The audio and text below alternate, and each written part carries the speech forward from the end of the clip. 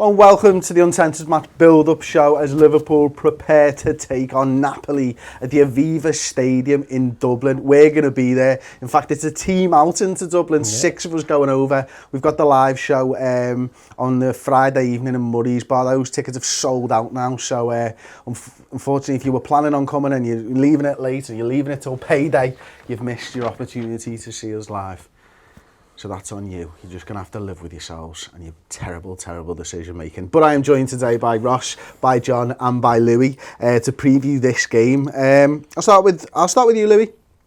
We're 8 days out from the Premier League kickoff by the time this game kicks off. Will we finally see our full strength side? Possibly.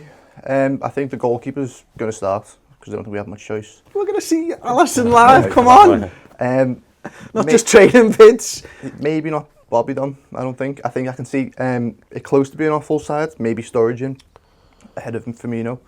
And then maybe in the second half, a bit of rotation. See Firmino get some minutes before Torino on Tuesday and West Ham next Saturday. All else, though, I can see it being full strength or close to. I think Henderson's not with the squad, is he? In France. So I don't think he'll play. And I can see him starting on next Saturday against West Ham. You think he'll start against West Ham? I can see it. If he's back at Melwood and training, even though he's not with the squad, he's still getting work done, isn't he? So I can see him starting maybe alongside Keita and Fabinho or something against West Ham. All right, interesting. I wouldn't have had him pegged as a starter first game of the season. I think maybe, you might see him in the Torino game. I think, it's only like 3 days between them. I've got a feeling that whatever team starts, John, against Napoli is probably the team that's going to start against West Ham, give or take an injury or two. I'd have thought Torino was more likely to be the team that played, 4 days later. But he's got a problem in that because of the World Cup, Trent, Lovren, Henderson, Firmino have had no game time whatsoever, and we're only a week away from the start of the season. So even though they've not trained much, do you give them some time on the pitch in these 2 games coming up when maybe they're not at that level yet? It's just a difficult one. Do you think we'll see a side that at least plays 60, 70, 80 minutes well, this time, or do you think 45? Certainly 50, 60? In one of those games, if not both, I think the majority of our starting 11 will play at least an hour, I would have thought. Is that something you agree with? Yeah, it's just full strength side now. Just you can have so many cases for everybody, can't you? Like you just said, people have been away in the World Cup and stuff, but then you wouldn't disagree with putting Sturridge in at the minute, would you? Or even a right back. Klein can easily go in. And that's what we kind of alluded to before on the other show of like we've got options now in other places. So I wouldn't be disagree with starting Klein on the first game of the season. I wouldn't disagree with putting Joe Gomez in there because Lovren's not available and stuff. And that's like what I mean. We've got options now to go and do stuff. So we've got a full strength side. If you got no Lovren and Matip isn't fit, and I don't know whether he will be or not, but he's not had much of a pre-season since he got injured, then Klein, Gomez, Van Dijk and Robertson would be a perfect. But if you said that 6 months ago, you kind of go, that's a bit of a struggle. And then you still got options on the bench. If they play an hour each, well, you just bring on the replacements for them. Trent can play half an hour because he needs game time, and he's the same throughout the whole 11 now. Yeah, because it's a balance between settling the team down for the first game of the season and giving some kind of chance to the likes of Trent and Bobby Firmino to get up to speed. I think one thing that we've probably not considered too much, and maybe it's not an issue, John, is that it's going to be Alisson's first game. Now, in an ideal world, you want as many minutes with your back four as possible beforehand. Absolutely. And that might mean both games, or it might be 90 minutes of one and a little bit of time off. I think that's probably a good way to go, is you have your back four, because we know what it's likely to be against West Ham because of the Lovren not being around and Matip not being there and Trent not being up to speed yet. So if you know what your back four is going to be, then play them in both games. Play them for an hour in each game, And have a little bit of let Alisson get used to those defenders and how high that line's going to be. And what are you expecting to see out of Alisson? I think Napoli's a bit of a step up, but obviously Ancelotti's just taken over there. They've lost Jorginho, they've lost Pepe Reina. I think they've only signed a goalkeeper this summer. 33-year-old, yeah. But they were fantastic last season. One of the best attacking sides in Europe. Feels like it could be a really good test for our first team. Yeah, I just want to see Alisson catch a ball. That's all I want to see. And I can go home then. I think you said like the rapport between his back line. I think when you wipe out that negativity of having Karius there, as much as I feel sorry for him and stuff, I want to look at a goalkeeper and kind of be relaxed and be okay. Be okay with the We're world. 10 minutes into the game. Yeah. Karius has a howler. Karius. I'm so used to saying it. Alisson drops a howler and we can see the goal. What is going through your head? I think is it Simon Mignolet? Yeah, no. I think I'd be more worried if he saves a penalty in the last minute. Yeah, if Alisson makes a mistake 10 minutes into the game, I think he's got the mental capacity to wipe it out his head, and I won't be worried about it. It's the fact that the reason people got fed up with Mignolet and Karius is the fact that they've been given chance after chance after chance. As I was saying, all the negative connotations you get with them, that's what they bring to the field. I think now we've improved every other area of the field. I think just having him in there will help massively, and I wouldn't be surprised. You know, he knows Firmino, he knows Salah, he knows half the team already. And I got overexcited. I know it's only videos on Twitter and that, but I was like, sound.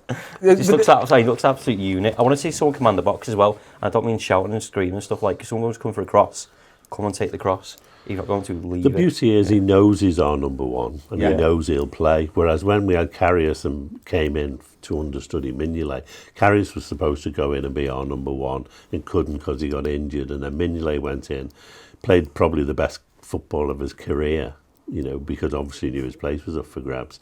And it just got confused who was our number one. And we were eventually we all realised they were both not really, you know, of the kind of standard we needed if we wanted to be the best team in Europe. Okay. Shaqiri got a few minutes last time out against Manchester United, obviously second half, Louis. Do you expect to see more of that sort of pseudo 10 role for Shaqiri in this game? Yeah, I do. I think going forward into the season, I think, you know, we played lower teams at home at Anfield. I can see him being deployed as well as Salah and Mane, maybe behind Firmino. I think we, in times of when we need a goal or when we're playing teams who sit back, we can afford to put on an extra attacking player. And I think it would be good to, I mean, against United, whilst he looked good, he didn't really have any first team players to link up with, did he? I mean, the Sturridge, but who, you know, how many minutes he'll play in the starting 11. It would be good to see him linking up maybe with Salah and Mane a bit, Firmino if he plays, just to see how they tick. I think the one other thing that we've not really seen in pre-season, I mean, Daniel Sturridge has been playing really well, playing really good football for us, you know, gets the goal with his first touch actually when he comes on against Manchester United.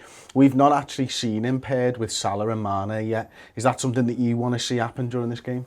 Yeah, I think he deserves a chance. I think he's proven he's still got the quality and stuff, and I think he's been out with Camacho and Jones, and he paired up well with Shaqiri again. I think the last game he wasn't out with Naby Keita, but him and Naby Keita have been absolutely unreal. So we can have Naby Keita, who's likely to start the season as well. Up with if he gets over this neck injury, I think. Well, he's back in training today. He's back in training today, because I was going to say he wasn't in any of the photos from yesterday. He was in this morning. You know, if you can have Salah and Mane, you know, obviously our best wings and stuff, you can just see the potential for him to back loads of goals this season. The problem with Daniel Sturridge is we know he doesn't fit into that system because he's not Bobby Firmino. He doesn't do what he does.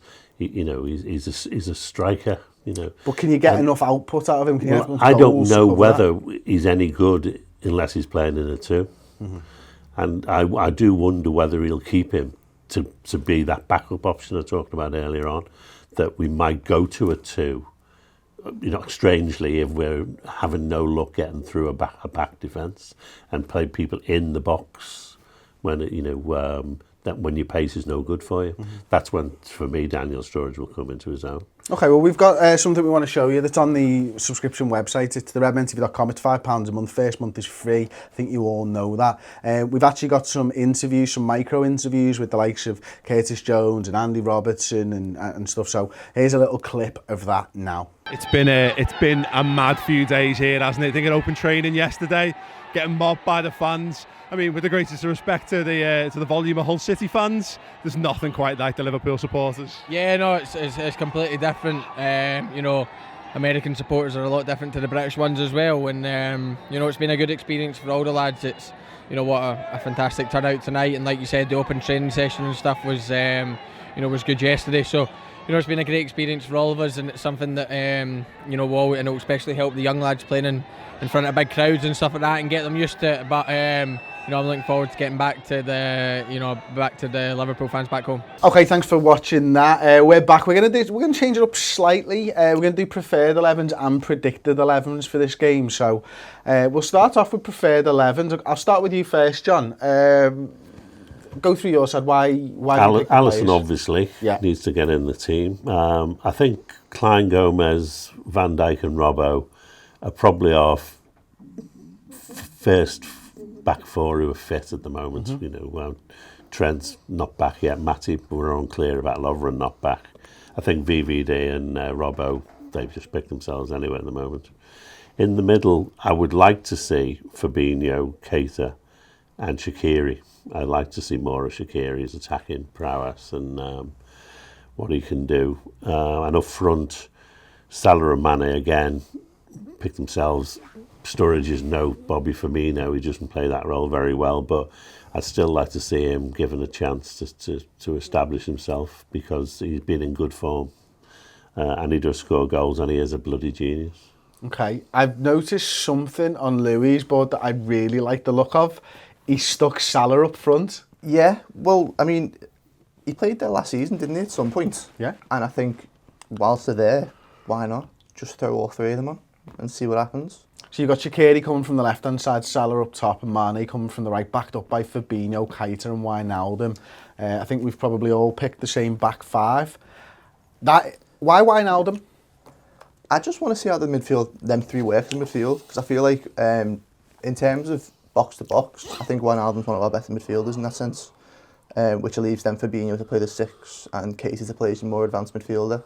So I think with the three of them playing there, you could have a really balanced midfield, and I think I'd rather see it experimented now than have to be chucked in at some point in the season. Okay, and Ross, yourself, what have you gone with? Anything different? Same back five. I've chucked the line in the midfield. It's much of a muchness for that space. We had Gini, Milner, I think I put in originally.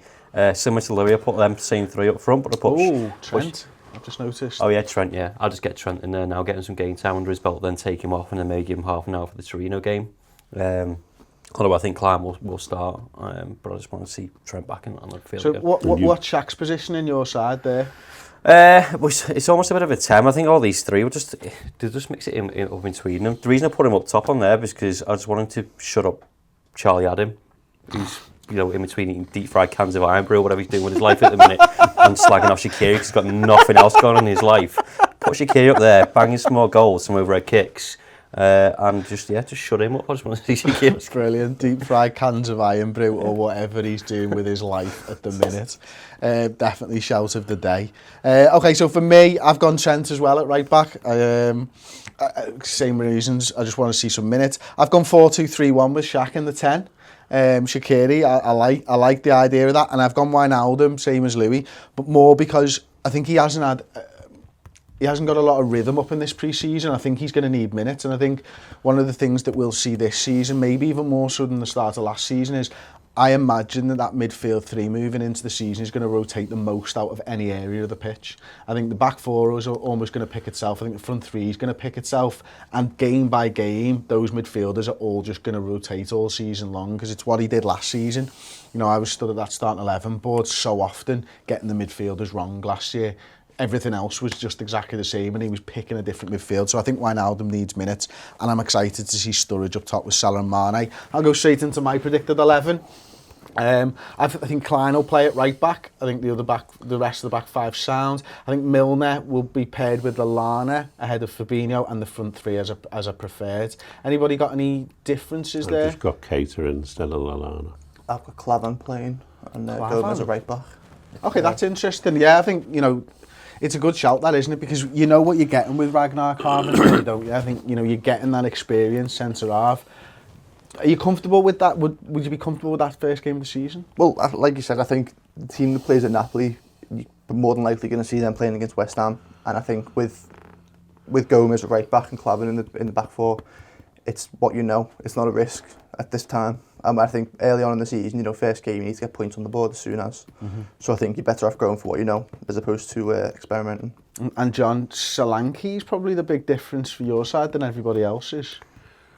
Yeah, and that's not because I like him personally. I just do think that... Is it because you don't like him personally? I do think that he does get game time under Klopp, and no, I don't like him at all at the moment. But that's not John. not because I don't think he's got potential or whatever. I just don't think he's actually reaching any of that yet. Yeah. I don't think he's dangerous as a forward.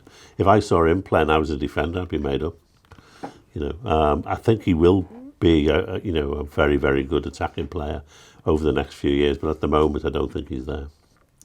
But he does get game time. I'm a bit gobsmacked you went in so hard on Tom Solanke. Well, he scored 1 goal, hasn't he, since he came? I know, that's true. And he's had lots of chances. I mean, I don't think he started loads of games, but he's got on the pitch quite a lot, and he scored 1 goal in the end of season game. He needs to do better than that. Okay, and Ross, what have you gone with there, mate? Yeah, similar back four, one we all wanted to see. I put Gini and Milner in midfield because of what you said. Gini hasn't had much game time. I think he needs to get someone under his belt. Milner, I just love watching Milner. I think Adam Lallana might play some part and maybe again on Tuesday, but you have to be careful and manage his injuries really, really well. I think. Well, it's what you said, Chris, about you're not sure about the midfield. It can change, but it could be anything. It could be 3 people we've not even picked amongst us. That's it. I don't think Naby Keita will play if he's had a neck injury. I don't think he. Yeah, I must admit I'm kind of similar to that. I think one of the other things is none of us have done other than Dom Solanke, and you don't like him, John. I think you've gone on record a couple of times in the last 10 minutes to say that. None of us have picked like your Curtis Jones, your Rafa Camacho. And I think that goes back to the start of the show, really, John, doesn't it? Where we've all said this is the time where you're putting that strong side out now against good opposition. Well, how many times have we looked at pre-season and we thought, oh God, he's great. Ojo, what a brilliant player. And when it comes to the season, nowhere. And so I think that it's going to follow the same pattern. They've been great in pre-season, but they'll go back to where they're developing, which is the lesser teams. Okay, well, let us know your predicted 11s in the comment section below, and your preferred 11s actually, if there's any difference. Or you disagree with anything we've said, of course, or you agree. Leave us all your thoughts in the comment section below. Don't forget to like the video, subscribe to the Redmen TV on YouTube, join the 282,000 others. 283,000 other subscribers. Wow, that is a mind-bogglingly high number. And thank you all for watching. We'll see you next time on the Redmen TV.